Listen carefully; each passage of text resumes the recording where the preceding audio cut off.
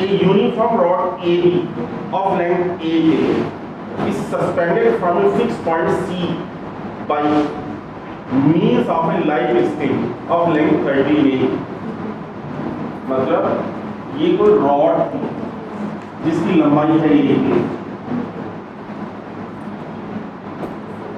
और ये किसी धागे के साथ बंधी हुई है, धागे की लंबाई है 30 A। That is rod धागा किस जगह से बंधा है और इसे C पर यहाँ पर आप if the system is slightly disturbed in vertical plane, show that theta plus 3 phi equal theta minus 13 phi are principal coordinates where theta and phi are the angle which the rod and the string, rod बना रही है theta और string बना है phi vertical के साथ, where theta and phi are the angles which the rods and string respectively makes with the vertical। धागे की लंबाई 13 A दी है और रॉड की लंबाई A दी रॉड है जिसकी लेंथ A है। मास किसका है? रॉड का, केवल रॉड का ही है। धागा तो इसको वेटलेस होगा और कहाँ पर होगा रॉड का मास? CG पर। यहाँ पर रॉड का वेट एक्ट करेगा mg g पॉइंट। तो काइनेटिक एनर्जी भी केवल रॉड की ही होगी, पोटेंशियल एनर्जी भी केवल रॉड की ही होगी। जब मास केवल रॉड का है, काइनेटिक एनर्जी भी इसी की और पोटेंशियल एनर्जी ऑरिजिन बनाकर एक्सिस बना लो, एक्स एक्सिस वाई। मुझे किसके कोऑर्डिनेट चाहिए? मास तो केवल पूरी की पूरी रॉड का मास सीजी पे रखा है ना, तो कोऑर्डिनेट तो आपको सीजी के चाहिए। Coordinate of G with respect to cx and cy। ऑरिजिन चाहे जहां बना लो, इससे कोई फर्क नहीं पड़ता है। ऑरिजिन तो जस्ट एक फ्रेम ऑफ रेफरेंस होता है जहां से आप डिस्टेंसेस को मेजर करने का प्रयत्न करते हो। फिर भी ऑरिजिन उसको बनाया जाता है जो पूरी प्रोसेस में बदले ना, चेंज ना हो। अब अगर आपने यहाँ धागा बांध दिया, अब पूरी रॉड स्विंग कर रही है, तो जहाँ धागा बंधा हुआ है वो जगह थोड़ी बदल जाएगी, इसलिए इसको ऑरिजिन बना लिया है। कोऑर्डिनेट बताओ जरा जी के, एक्स कोऑर्डिनेट कितना, वाई कोऑर्डिनेट कितना? ये तो हो गया 13 A sin phi हो गया, और ये 4A sin थीटा। रॉड की लंबाई तो 1 A थी, दैट इज G पॉइंट का x कोऑर्डिनेट आया 13 A sin phi plus 4A sin theta. Sorry y coordinate, y ये वर्टिकल हाइट होगी, वर्टिकल हाइट होगी तो ये वाली डिस्टेंस आनी है, देखिए इसको sin 13 A cos phi plus 4A cos Vg square, kinetic energy में जरूरत पड़ेगी xg डॉट का स्क्वायर प्लस yg डॉट का होल स्क्वायर। डिफरेंशिएट करो, 13 A sin phi का cos phi, phi का phi dot plus 4A sin theta का cos theta, theta का theta dot square plus minus 13 A sin phi phi dot minus 4A sin theta, theta dot और 13 A square phi dot square, 13 A 13 का भी तो 169 होगा, 169 A square phi dot square sin square square plus cos square, that is 169 A square phi dot square plus 16 A square theta dot square plus 104 A square theta dot phi dot cos A cos B plus sin A sin B cos A minus B, that is cos theta minus B, as theta minus phi is negligibly small, therefore Vg square is equal to, ये वाला term 1 हो गया है ना, ए square सब में से common 16 theta dot square plus 169 phi dot square plus 104 theta dot phi dot. अभी तो आपने जी पॉइंट की सिर्फ वेलोसिटी निकाली। अब बताओ काइनेटिक एनर्जी कितनी होगी? केवल काइनेटिक एनर्जी रॉड की होगी और कोई पार्टिकुलर कैच नहीं करेक्ट कर कहीं। क्या होगी रॉड की काइनेटिक एनर्जी? एक तो ट्रांसलेशनल हाफ एम वीजी का स्क्वायर और एक rotational half I omega square. Omega से मतलब वर्टिकल के साथ कितना एंगल बन रहा है? which is half m vg का square means A square 16 theta dot square plus 169 phi dot square plus 104 theta dot phi dot plus half I I means moment of inertia. CG से पास होने वाली perpendicular axis के about moment of inertia M A square by M A square by 3 का मतलब हुआ M by 3 length के आधे का square. M A square by 3 answer कब था? जब रॉड की लंबाई 2a। अब रॉड की भी तो लंबाई 8 है, उसे भी तो ध्यान रखना पड़ेगा। That is moment of inertia हुआ m बाई 3 इनटू लेंथ के आधे का स्क्वायर, लेंथ का आधा पूरे का square, that is 16a square. therefore t is equal to half m a square common 16a और 16 अपॉन 3a 16a और 16 upon 64 by 3 theta dot square plus 169 phi dot square plus 104 theta dot phi. Potential energy भी केवल rod की होगी minus के mg y coordinate of g minus के mg y coordinate of g है a common 13 cos phi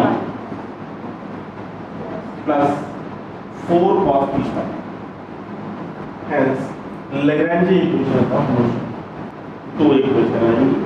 एक theta equation d by dt of del t by del theta dot minus del t by del theta minus के del t by del t में theta का value मेरा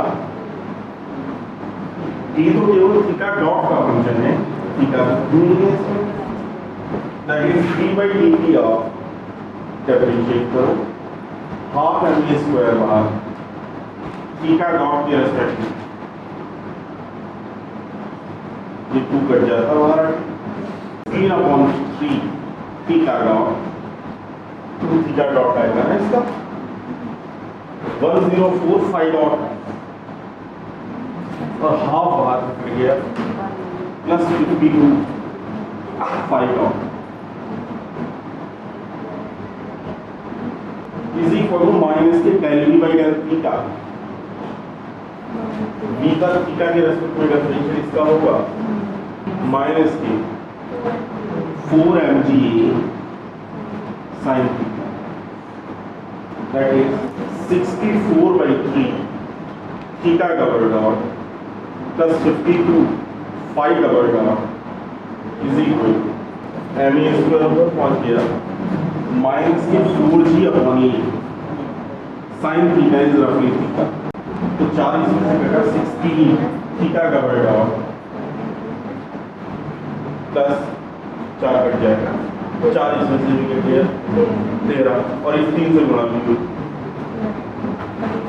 plus 39 phi double dot is minus के 3g upon A equation ऐसे phi equation d by dt of del t by del phi dot minus del t by del phi is minus के del v by del phi d by dt of del t by del phi dot phi dot के reference m a square पर 169 phi dot plus 52 theta dot T में phi कहीं है नहीं, D में तो है फाई है, माइनस के m g a 30 sine phi 30 phi double dot plus 4 theta double dot is minus के g upon a sine phi 4 theta double dot plus 13 phi double dot ये minus g upon sine phi का phi. यहाँ तक तो हर question को लेकर आना है। अगर वो करेक्ट प्रिंसिपल ऑसिलेशन निकालना है तो या तो फाई को एलिमिनेट कर कर थीटा का मान ए साइन पी की प्लस बी है, एक कॉस पी की प्लस बी रखते हैं, पी की वैल्यू निकाल के जितने भी पी के लिए उनके हर के करस्पॉन्डिंग में अलग अलग प्रिंसिपल टाइम डेट निकाल आएगा। यह एक दूसरा तरीका ये होता है जो सभी मेथड में पढ़ाने जा रहा हूँ। इन दोनों इक्वेशन एक और दो को किसी भी एक को दूसरी का लैम्डा टाइम्स करके जोड़ो। किसी भी एक इक्वेशन में दूसरी का लैम्डा टाइम, चाहे इक्वेशन नंबर 1 में दूसरी का लैम्डा टाइम जोड़ो, चाहे 2 में 1 का लैम्डा टाइम जोड़ो। ताकि दोनों इक्वेशंस में से किसी भी एक इक्वेशन में दूसरी का लैम्डा टाइम्स करके हमें ऐड करना। 16 plus 4 lambda theta double dot plus 39 plus 13 lambda phi double dot is minus के g upon a common 3 theta plus lambda phi. Equation number 3, choose lambda such that lambda को दोनों तरफ से इस प्रकार चुनो। इधर ये बताइए, ध्यान दो इधर ये बताओ थीटा डबल डॉट का कोफिशिएंट क्या है। थीटा डबल डॉट का कोफिशिएंट है 16 प्लस 4 लैम्डा। उधर थीटा का कोफिशिएंट क्या है,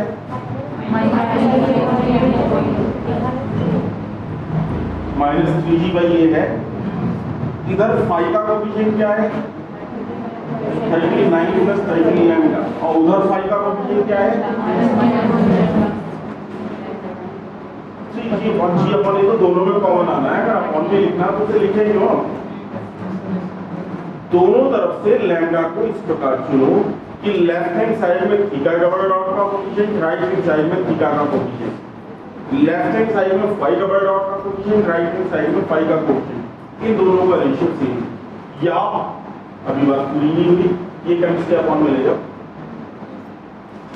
तब ये क्या आता 16 plus 4 lambda upon 39 plus 3 lambda is equal to 3 lambda. मैं कहता लेफ्ट हैंड साइड में थीटा डबल डॉट का कोफिशिएंट और फाई डबल डॉट के कोफिशिएंट का बीच का रेशियो वही जो राइट हैंड साइड में थीटा का कोफिशिएंट और फाई का। मतलब थीटा एंड फाई के कोफिशिएंट्स एक निश्चित रेशियो में आ जाए, ये मैं चाहता। लेफ्ट हैंड साइड में थीटा डबल डॉट का coefficient upon phi double dot का कोफिशिएंट, राइट हैंड साइड में थीटा का कोफिशिएंट अपॉन फाई का कोफिशिएंट। अगर इनको इक्वेट कर दिया जाए तो हम लैम्डा ऐसा चुनना चाहते हैं कि ये रिलेशन पूरा हो। 4 lambda square plus 16 lambda is 39 into 3 plus 39 lambda. तो 4 लैम्डा स्क्वायर 39 माइनस 16 29 आएगा क्या, नहीं 23 माइनस के 23 लैम्डा माइनस 39 into 3। इसको हम कहें 13 और 12 36। 4 lambda square minus 36 lambda plus 13 lambda minus 39 into 3 is equal to 0। 4 lambda दोनों में से common, lambda minus 9 plus 13 common, lambda minus 9। Lambda के दो मान आ गए 13/4 और 9। ये ऐसे बड़े बड़े टर्म्स में ज्यादा अच्छा ये रहता है कि इस कांस्टेंट टर्म को यहाँ गुणा किया तो 39 into 12 हो गया। अब अगर 12 के फैक्टर करें तो 4 दिया 12 और 39 के फैक्टर करें 13 दिया 39।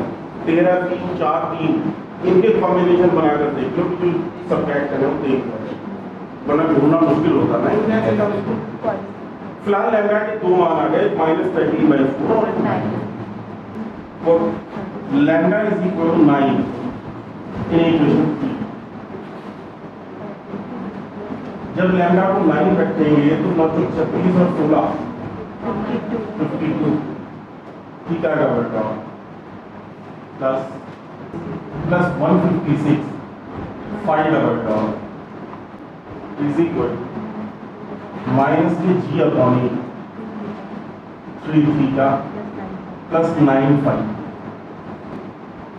52 common theta double dot plus 3 phi double dot is equal to minus के 3 common 3g upon theta plus 3 phi. अगर आपने सब कुछ सही किया होगा, अब तक की सारी कैलकुलेशन सही होगी, तो लेफ्ट हैंड साइड में उसी का डेरिवेटिव आएगा जो राइट हैंड साइड में कमी का हो। थीटा प्लस 3 फाइ का derivative theta double dot plus 3 phi double dot हो गया ना, that is theta double dot plus 3 phi double dot is equal to minus के 3g upon 52 theta plus 3 phi. थोड़ी देर के लिए अगर थीटा प्लस 3 फाइ को हम x मान लें तो ये कैसा ना रखा b square x is equal to minus के 3g अपॉन 52a x। अगर थीटा प्लस 3 फाइ को हम x लिख दें थोड़ी देर के लिए तो ये differential equation simple harmonic motion को रिप्रेजेंट नहीं कर रही। सिंपल हार्मोनिक मोशन को तब रिप्रेजेंट कर रही है जब कंपोनेंट x बराबर थीटा प्लस 3 फाइ है। यही थीटा प्लस 3 फाइ इसका नॉर्मल कोऑर्डिनेट कहलाएगा। और टाइम पीरियड कितना है 2π/√2 होता है। तो पहला फर्स्ट प्रिंसिपल ऑसिलेशन, पहला प्रिंसिपल ऑसिलेशन है x is equal to theta plus 3 phi जिसका टाइम पीरियड है with time period t is equal to 2π/√μ 3g upon 52a 2π under 52a upon 3g। इसको नॉर्मल कोऑर्डिनेट भी बोलते हैं।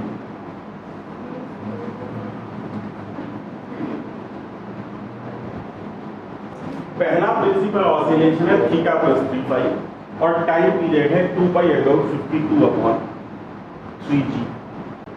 सिमिलरली और lambda is equal to minus k 13 upon 4 minus k 13 upon 4 रख दो equation number 3 में। देखो यहाँ रखेंगे 4 कर दिया 16 minus 3 theta double dot 39 minus 13 into 13 upon 4 phi double dot minus g upon 3 theta minus 13 upon 4 phi.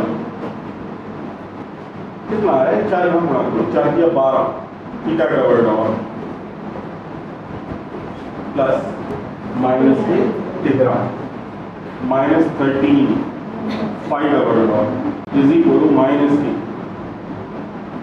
g upon 4 से गुणा 4 दिया 12 थीटा माइनस 13 फाइ। अपने आप टर्म्स मैंने बोला देखिए वही आएगा सेम का जो लेफ्ट हैंड साइड में लिखा होगा एग्जैक्टली उसी का डेरिवेटिव राइट हैंड साइड में लिखा होगा क्योंकि नॉर्मल कोऑर्डिनेट है। ये कोई मिरेकल नहीं हो रहा है।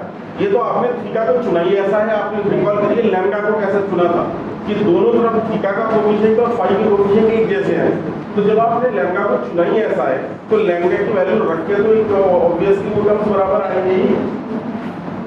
अगर इसको y कहा जाए तो b square y is equal to minus k g upon a y, जहां y कह रहे हैं हम 12 थीटा माइनस 13 फाइ।